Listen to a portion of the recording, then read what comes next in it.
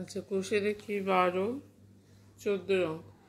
8 semi দৈর্ঘ্যের ব্যাসার্ধের একটি নিরেট লোহার গোলককে গলিয়ে 1 সেমি দৈর্ঘ্যের ব্যাসার্ধর কতগুলো গুলি তৈরি করা যাবে।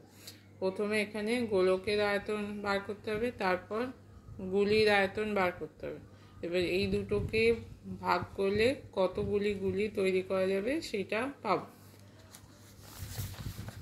নিরেট লোহার গোলকের ব্যাসার্ধ হচ্ছে 8, তাহলে আয়তন হবে 4/3 পাই 8 কিউব। আচ্ছা, লোহার একটা গুলির ব্যাসার্ধ হচ্ছে 1 সেমি, তাহলে আয়তন 4/3 পাই 1 কিউব। তাহলে লোহার গোলককে গলিয়ে লোহার গুলি তৈরি করা যাবে, সংখ্যাটা হচ্ছে 4/3 পাই 8 কিউব ভাজিতক 4/3 পাই 1 কিউব। তাহলে 4/3 পাইটা কেটে যাবে, তাহলে 8 কিউব বাই 1 কিউব। তাহলে 8 কিউব মানে 3টে 8কে গুণ করলে হচ্ছে 512টি, আর 3টে 1কে গুণ করলে একই হবে।